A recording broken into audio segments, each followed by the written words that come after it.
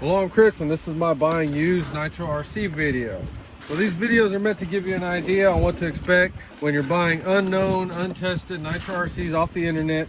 And the most common thing that happens is all the Nitro engine, piston, and sleeves need to be resized. So if they have the right wheels, right body, wing, complete, I'm buying it no matter what. If it is a single speed, that's fine. So I mean, we pretty much have everything on this one. This one has a weird muffler on the back. I had to look at this one a very long time to make sure everything was there. Look at that freaking chassis on there. So the engine, GS15, it has that number on the other side. The pull string's wimpy on it. That could be a bad sign.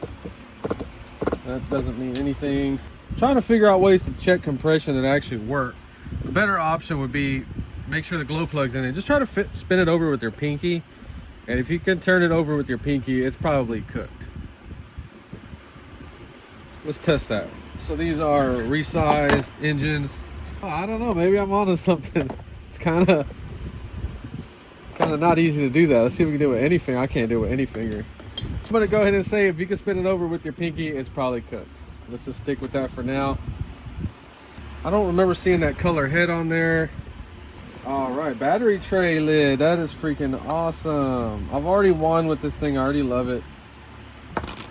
Yeah, can't use that. Looks very generic. So do the servos look. It just says servo.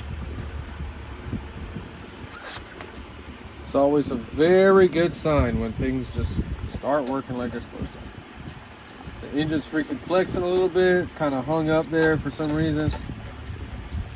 That's not good. Could just be out of adjustment. Okay, so it's a trim issue.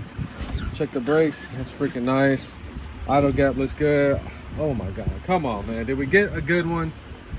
Man, that's some homemade crackhead shit. Look, I don't understand why people do stuff like this. Just buy the damn thing. And if they don't make it, we'll cut down the Traxxas one or something. This is a freaking very important part of your RC car. So I always look at the glow plug first, make sure it's not stripped. Does it look like a new one? Okay, it just looks like a regular worn out one. That's fine. Oh my god, it's missing a freaking head screw or head bolt. So we have a head screw broke off in there. Oh, it's got an ABN sleeve in it. Damn. Okay, it should come up.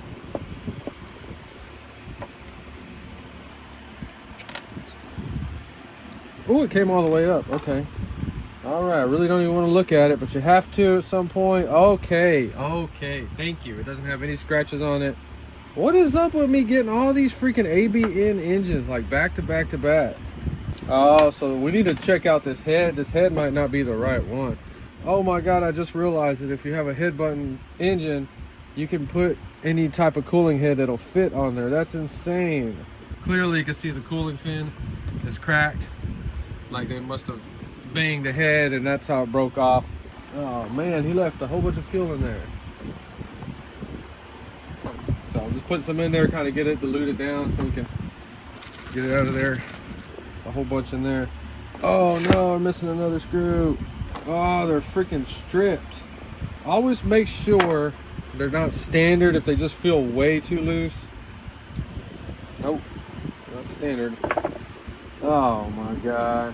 It's really weird how stuff works with me because I haven't had a stripped screw RC car for like the past 20 that I bought. All right, well, they weren't really tight, so it worked out. And that gasket's not squished in there. Got some kind of weirdness going on right here. We have to look in the book and see if that's how it is. I don't know. Oh, gosh darn it.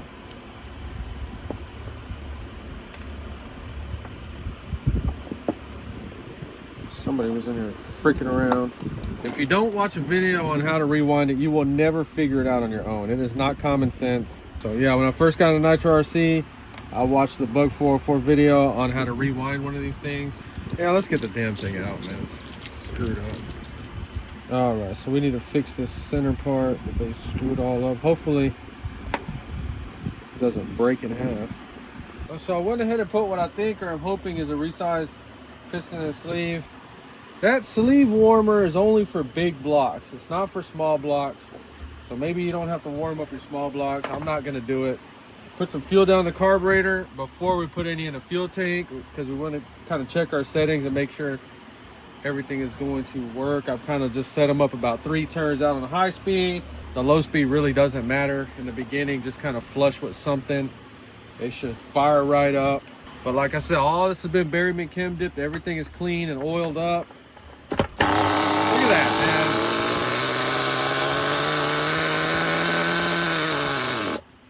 Telling you, I can't make this stuff up. This is just how they start up.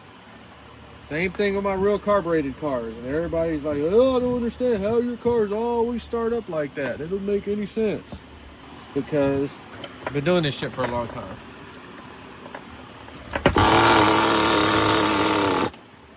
All right. Okay, so see now it's starting for fuel. So now we can start opening up needles. We're gonna open up this low speed because now it's trying to pull from the, or maybe it hasn't pulled from the tank. Oh yeah, because look at this super ridiculously long line. It would have to build pressure all the way in that line before it was sent into the carburetor. I actually already see it. It's actually already at the carburetor. This glow plug is also like, looks screwed up. Okay, so see, this is what happens like when everybody's trying to run RC. It's like they can't start it. If it's getting tight, that means you're flooding the damn thing. So go ahead and close your high-speed needle all the way so it's not getting any more fuel, and hopefully, see, once you pull it that many times, you're already screwing up. Like I said, this glow plug is questionable. It's just the one that was in it. But then we also have the other factor. Oh my God, it looks like it freaking blew it up. So this one looked like it had trash in it. Yeah, screwed up. Yeah, because that was out of a damaged engine with a bunch of trash in it. So this one should at least run with the glow starter. See?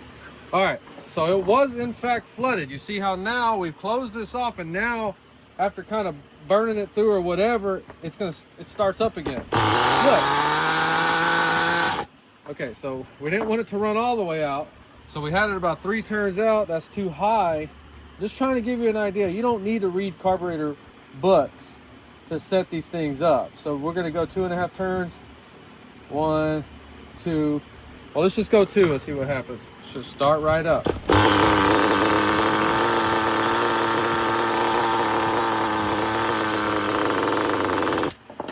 Okay, what does it need? Does it need more air, more fuel? That's for you to figure out.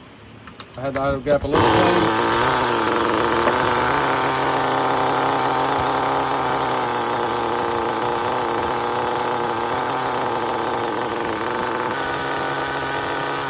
All right, there you go. All right, this has to be probably the best RC moment for me so far. I'm sure this thing is not on top of the center. If you're ever in doubt, just pull the glow plug out real quick and just look at it. You'll see the top of the piston right there. This engine's hot. Okay, we're good. But what happened was, this is the same engine. I got the stud out and it still has the bent fin on it. But when I was inspecting it, it was the same as the Mach 15 RE or the low C engine. So this is an engine that I bought. Well, I mean, this one right here. I bought this in a lot of 4 engines. They were all kind of missing one thing or the other. This one was missing the one-way bearing. This right here had what looked to be like a brand new piston and sleeve in it. Well, upon further inspection, like right now, it looks like it had just been resized. I had the machine, the tooling work on the outside of it. This one had an ABN sleeve in it, which we're sending off to get resized. I fixed that pull starter that was all screwed up. If y'all want to see a video of my style of how I do that, it takes like friggin' 20 minutes to do it. Some of them are easy to thread through, some are difficult. This was a difficult one, but 100%, I mean, we got it on there. It works. I would not even talk about that if I didn't fix it. So they had this different head on there. It was interesting to know that you could put different heads on there, but this is off of one of those Super Tiger 27s. Or S27s or whatever. They had the blue and red head. See, I have that blue one right there. and I'm gonna sell that. Man, look at all that stuff that was in the pipe. This much of it was already in the pipe. We are running super duper rich. So resize piston and sleeve, you still need to kind of handle it like a break-in. I run 2 tanks rich. On idle, you'll know it's rich because it'll just drink that freaking tank. It'll run out real quick. A full tank should last you quite a while. If you're kind of new or don't really know everything about it, if it feels like you're getting really bad gas mileage or this thing is running out really, really quick, you are running super duper rich. So yeah, we can sit here and just watch this one like somebody's drinking it with a tiny straw. So your heat cycle is also important. I'd watch the Mark Santa Maria video. He explains it a lot better, but see, we're back to regular temperature. We're also kind of seeing how easy does it start back up. Do we need to tweak anything? Tweak it now, so that whenever we're tuning it, look at that! I'm telling you, man.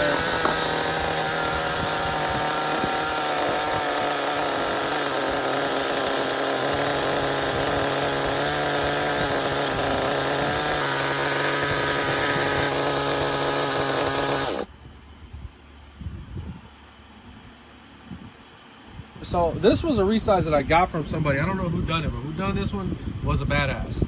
It was done with some different tooling than Ray uses, but just with a tank and a half right here, it's already like right where it needs to be. So when we were first having problems starting this one, the issue was the idle gap was closed too much. So open it up to about 1 millimeter. It's just under 1 millimeter. That's like the same as a Traxxas idle gap, like 0.9-ish millimeters. So I have this weird feeling about this one. It reminds me so much of my Losi 8, which is an 8 scale car. I mean, somebody out there that knows is GS Racing, is that a Losi affiliate or something? I don't know. But the problem with this body right here, while they busted it up, because after they broke the head on there, is they put this bigger head on there, and that's what happened. They literally just kind of ripped it right there where it was weak right there for the screw, adjustment screw on it. But you see how much better it fits with that freaking head on there? There is one on eBay. He wants a total of like $30. That's kind of not what I really want to pay. I want to pay a little bit less for it. The servos, everything works on it. I mean, look at it. It's in really good shape, but the piston and the sleeve are 100% cooked on it. Only weird thing is it wants you to take this line off and it wants you to run it through the body. I guess every time you take the body off. And if you do that, the body sits down like it's supposed to. Look at that. What the heck, man? Oh, damn, bro. Get in there. Oh, look at that. So for all the engine information out there, if you get that GS like that, remember, it's the same. You can put the Mach 15 ABC piston and sleeve. It went right in there. It's the same thing. Been buying a bunch of used nitros, trying to get my collection up, trying to get my experience up on all these different small block engines. These are very new to me.